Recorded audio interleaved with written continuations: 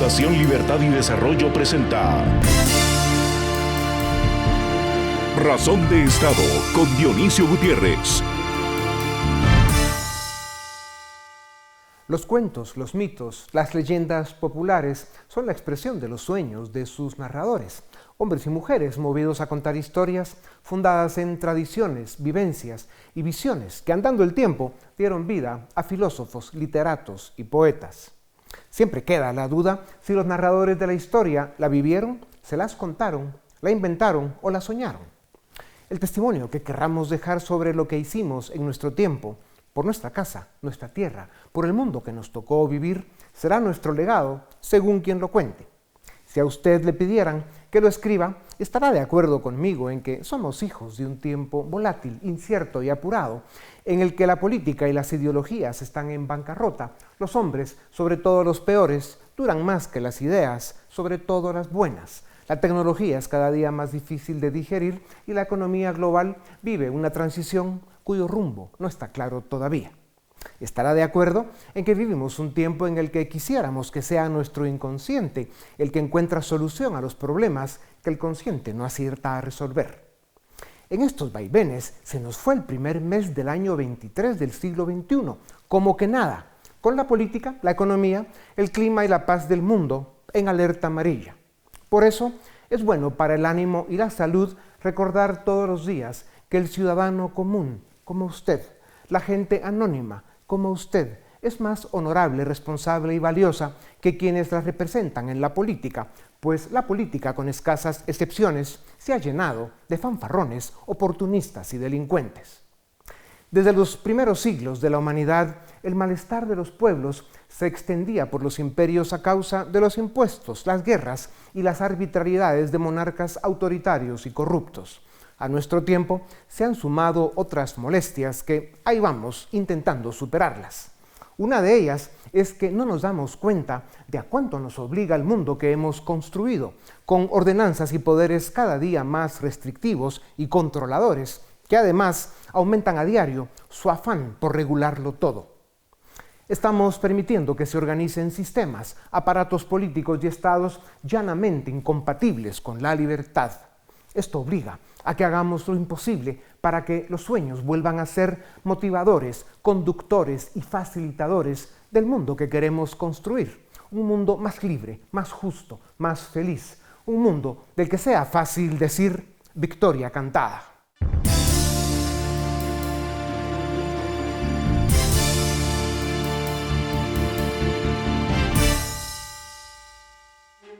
Los latinoamericanos logramos nuestra independencia hace 2 siglos, bajo la inspiración de la Ilustración, el constitucionalismo y los valores republicanos que nacían en la joven nación estadounidense.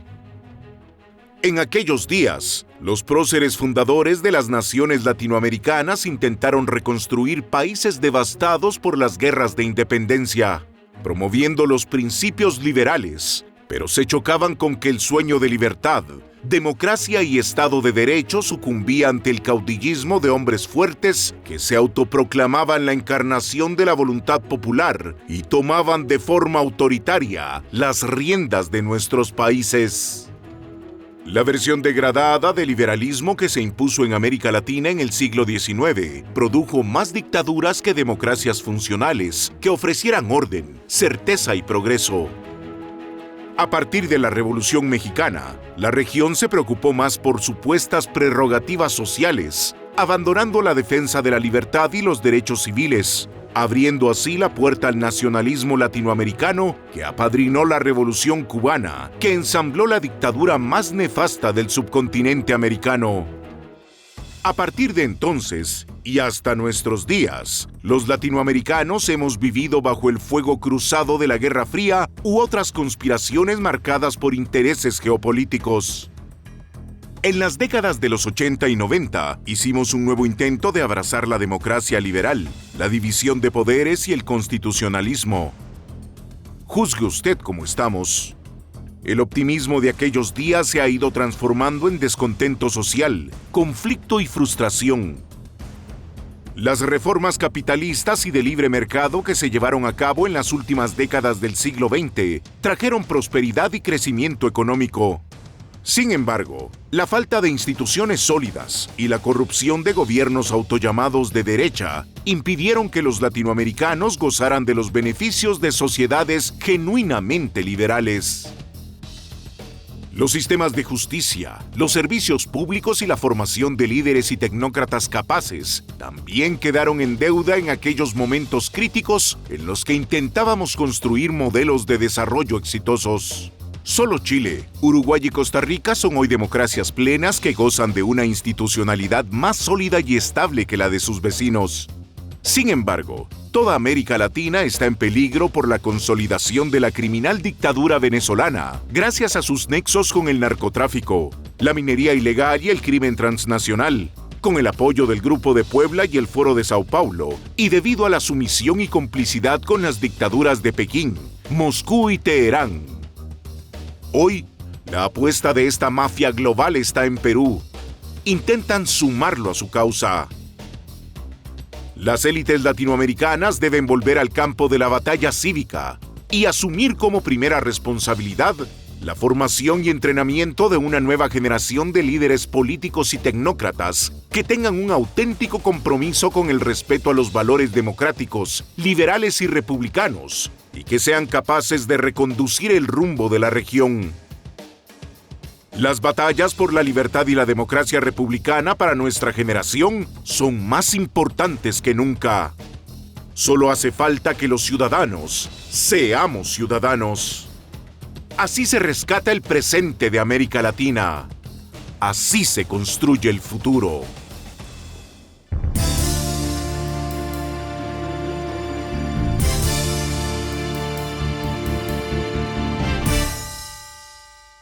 En el diario vivir de la gente, la política se ha convertido en una actividad despreciable y despreciada. Y los políticos, escasean las malas palabras para calificarlos. Hay excepciones. El problema es que son eso, excepciones. Para desgracia de América Latina, son muy pocos los políticos que ejercen altos cargos de elección con honor, capacidad y honradez. Dado los problemas, las amenazas y también las oportunidades en América Latina, la política debe ser la profesión más importante en las naciones y a las que más atención ponen los ciudadanos. Rescatar la política y las relaciones internacionales en un marco de democracia liberal y republicana es cuestión de sobrevivencia para nuestro continente. Para hablar sobre la urgencia de que los latinoamericanos rescatemos la política y encontremos el modelo de desarrollo que necesitamos, tengo el privilegio de presentarles a una excepción, a Carlos Alvarado, presidente de Costa Rica de 2018 a 2022. El presidente Alvarado es escritor, músico, periodista y politólogo con 2 maestrías, Ciencias Políticas y Desarrollo. Ocupó varios cargos públicos, entre ellos 2 ministerios de Estado y la presidencia de su país, de los que salió con honores. Presidente Alvarado, bienvenido a Razón de Estado. Muchísimas gracias, Dionisio. Es un gusto estar contigo. Muchas gracias, presidente. América Latina debe saber que usted ganó la presidencia de su país a los 38 años en 2018 y la entregó en 2022 con 42. Tuvo logros importantes. Navegó la pandemia con buenos resultados. Gestionó con prudencia la situación fiscal de su país, aplicó políticas públicas serias y salió con las manos limpias y la frente en alto. Hizo lo que pudo. Pocos presidentes pueden decir eso en América Latina. ¿Qué 2 o 3 grandes decisiones dejó pendientes y de las que hoy se arrepiente de no haber ejecutado? Bueno, primero, muchas gracias, Dionisio. Es un honor estar contigo. Como dices, me siento satisfecho por haber servido a mi país en cosas como la pandemia y haber protegido a nuestra población o haber logrado que Costa Rica ingresara a la OCDE, el primer país centroamericano que lo hace, o mantener las finanzas estables del país. Eso hace que haya una proyección de futuro para Costa Rica, un Estado social de derecho. Sí, uno desearía muchas veces hacer más, pero tiene que escoger las batallas y también hay que dejar el poder. Es parte del ejercicio democrático, no se puede hacer todo y hay que dejarle a otros cosas que hacer. Me hubiera gustado lograr la prohibición petrolera definitiva para Costa Rica, para consolidarnos como un país verde, sostenible. No lo pude hacer por otros énfasis y por la falta de los votos al final en el Congreso. Pero bueno, es una meta que el país tiene pendiente y que otros también podrán llevar adelante. Presidente, como dicen, si los ciudadanos no se meten con la política se mete con ellos. Solo hay que ver lo que ésta ha hecho en nuestro continente, pero en especial con Cuba, Nicaragua y Venezuela, o en el país de Borges, Messi y Eva Perón, en Bolivia, o lo que está haciendo la política en Perú, manoseada por Evo Morales, el Grupo de Puebla, Moscú y Pekín, para votar un gobierno constitucional. ¿Cómo se rescatan la racionalidad, la capacidad y la decencia en la política? ¿Cómo se rescata la presencia del ciudadano en la política? Bueno, primero yo creo que, aunque sea tan difícil desde el punto de vista personal, los ciudadanos y sobre todo las buenas personas, que son tantas que hay en nuestra región, tienen que involucrarse. Y es una decisión muy difícil porque es un sacrificio. Hay que involucrarse. Involucrarse en política no necesariamente significa que todos tenemos que hacernos o diputados o diputadas o aspirar a la presidencia, pero lo mínimo es que debemos dejar la indiferencia, tenemos que informarnos, tenemos que en nuestros espacios inmediatos participar, contribuir con argumentos, no con desinformación, contribuir con empatía, no con odio, ser responsables como ciudadanos y ciudadanas. Eso es un ejercicio también de la política. Y habrá otras personas que están llamadas que sí deben tomar posiciones. Decía Platón en la República que el mayor miedo del ciudadano debe ser que los puestos altos sean ocupados por personas peores que él. Y ese debe ser un miedo que deben tener los ciudadanos. Hay que tener la confianza en que podemos aportar cosas buenas al país y más bien cuando la gente se aleja de la política por esa desidia, por todo esto, pues esos espacios quedan vacíos. Hay otras personas, tal vez sin escrúpulos, que están deseosos de tomarlos. Hay que involucrarse cada quien a su medida. Ya. Presidente, la política se ha degradado en todo el mundo, por eso los ciudadanos le huyen. Hoy la desinformación, la mentira y la confrontación toman cada día más espacio en nuestras vidas. Y con las nuevas tecnologías les será más fácil a politiqueros criminales y caudillos autoritarios tomar el control totalitario de gobiernos y países. ¿Cómo se defienden los ciudadanos ante esta realidad que por el momento va para peor? Pues creo, Dionisio, lo primero es preguntarse por qué entonces involucrarse. Si es algo tan difícil, ¿por qué lo vas a hacer? Y yo lo que le diría a los ciudadanos es, todos tenemos seres queridos, sobre todo hijos o hijas, nietos o nietas, y hay que construir un futuro mejor para quienes amamos.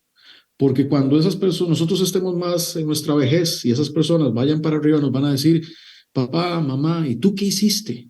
¿Por qué dejaste que esto se fuera en una mala situación?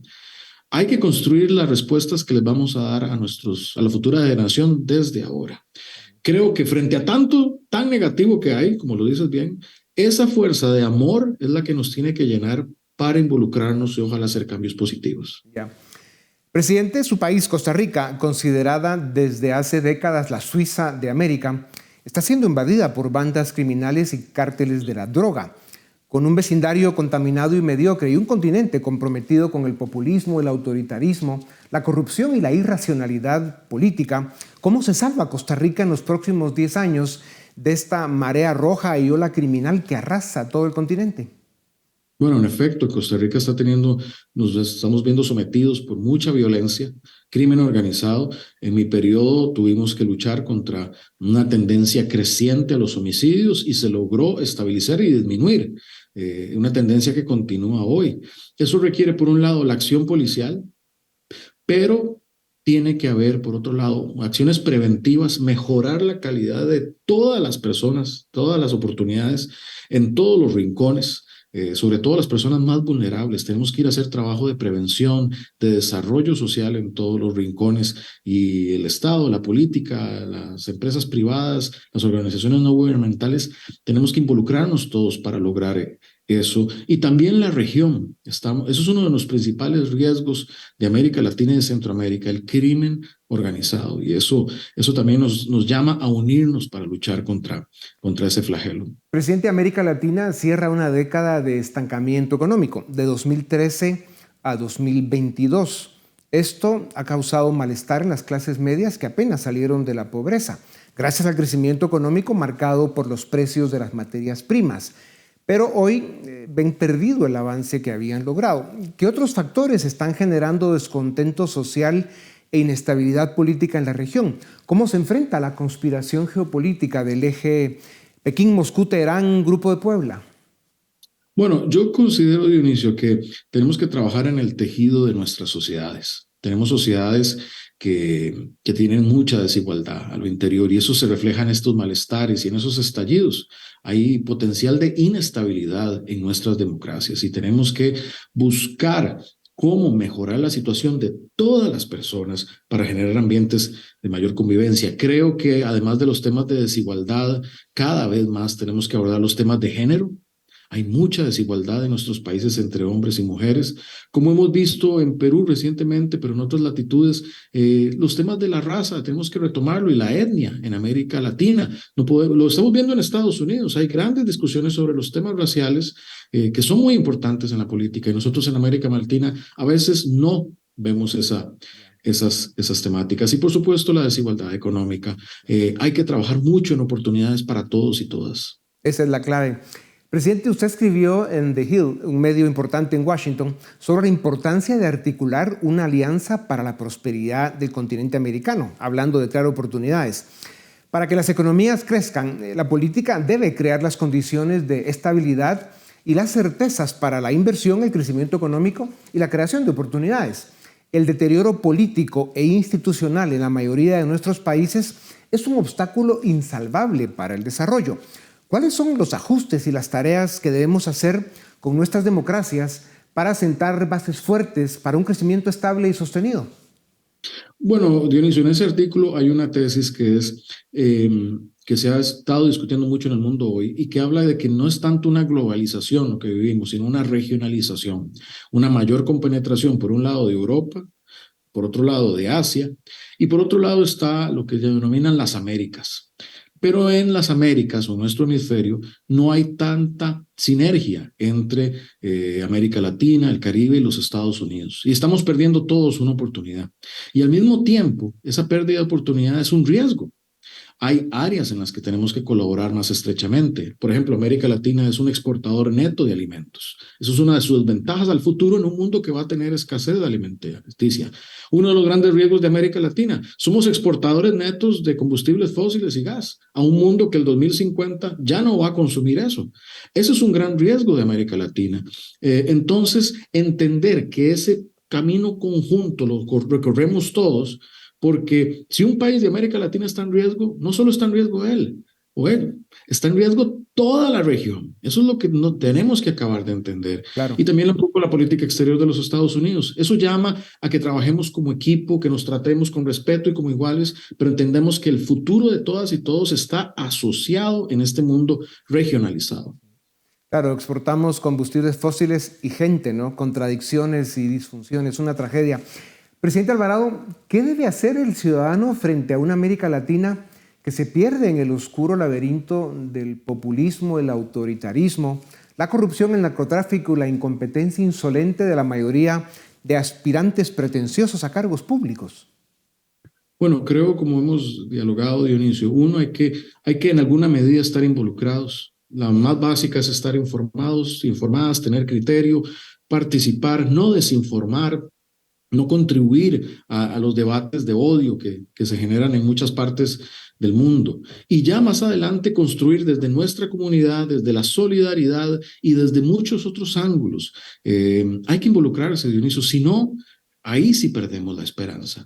Las ciudadanas y los ciudadanos de América Latina deben involucrarse por un principio de amor al prójimo, a sus seres queridos, para transformar esas realidades. La indiferencia, todavía más peligroso que el populismo o que la desinformación que vivimos o que el crimen organizado, es la indiferencia ciudadana. Si somos indiferentes ante estos males, ahí sí que perdemos la esperanza. Hay que involucrarse por difícil que sea.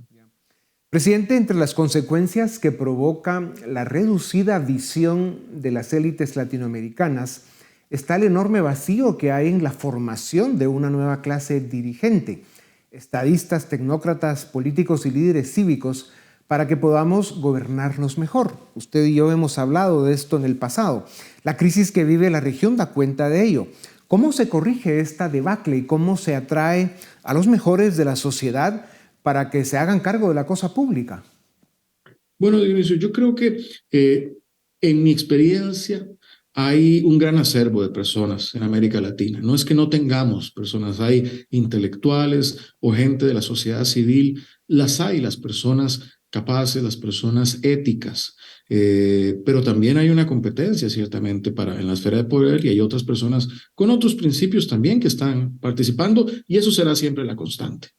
Lo que como ciudadanos, por eso tenemos que garantizar es también escoger bien a nuestros gobernantes, no irnos tal vez con esas promesas falsas o vacías, sino ir a indagar un poco más allá para escoger a las mejores personas y también, si no las encontramos ahí, significa que probablemente debamos involucrarnos participando. Pero mi síntesis en eso es el amor a nuestra propia gente nos llama a poner nuestro granito de arena y aunque la política sea a veces una mala palabra, en mi casa lo era, por ejemplo, nadie le gustaba eso, la política era terrible, pero yo sentí la necesidad de involucrarme porque quería hacer un cambio en cosas. Así es. Y logró ser una excepción. Por eso es tan importante volver a hablar de ese gran proyecto que es la Fundación de Escuelas de Gobierno para toda América Latina, para educar a una nueva generación de líderes que rescaten el momento que vivimos. Presidente, ¿qué planes tiene Carlos Alvarado para aportar su capacidad y experiencia a esta dolorida y necesitada América Latina? Pues ahora, Dionisio, soy profesor de la Escuela Fletcher de Diplomacia en la Universidad de Tufts, acá en Massachusetts. Y acá estoy involucrado en la reflexión académica, también con la reflexión sobre la región de América Latina, mucho con los temas de energía, descarbonización, desigualdad, y también desde Costa Rica con un instituto recién fundado, que es el CDI, el Instituto de el Clima, la Democracia y la Inclusión, donde buscamos trabajar en la región, no en Costa Rica, pero en la región, con apoyo en materia de conocimiento, por ejemplo, en temas de descarbonización, en los temas de fortalecimiento democrático, los temas de género, los temas de la inclusión social, y poder trasladar alguna de la experiencia que hemos acumulado por nuestro paso por la administración pública para compartirle y crear nuevo conocimiento con otras personas. A eso estoy dedicado actualmente. Mucha suerte, presidente, porque lo necesitamos en este continente que obviamente grita la necesidad de gente con las ideas claras y sobre todo con principios. Como lo único que se pierde es la esperanza y el optimismo es bueno para la salud, en esta tribuna confiamos en que los ciudadanos de América Latina darán pronto un paso al frente para rescatar su presente y salvar su futuro. La participación de estadistas jóvenes con experiencia como usted, presidente, es fundamental para esta misión. Gracias por su tiempo, presidente Alvarado, y hasta muy pronto. A ustedes también gracias por acompañarnos una vez más. Esto es Razón de Estado.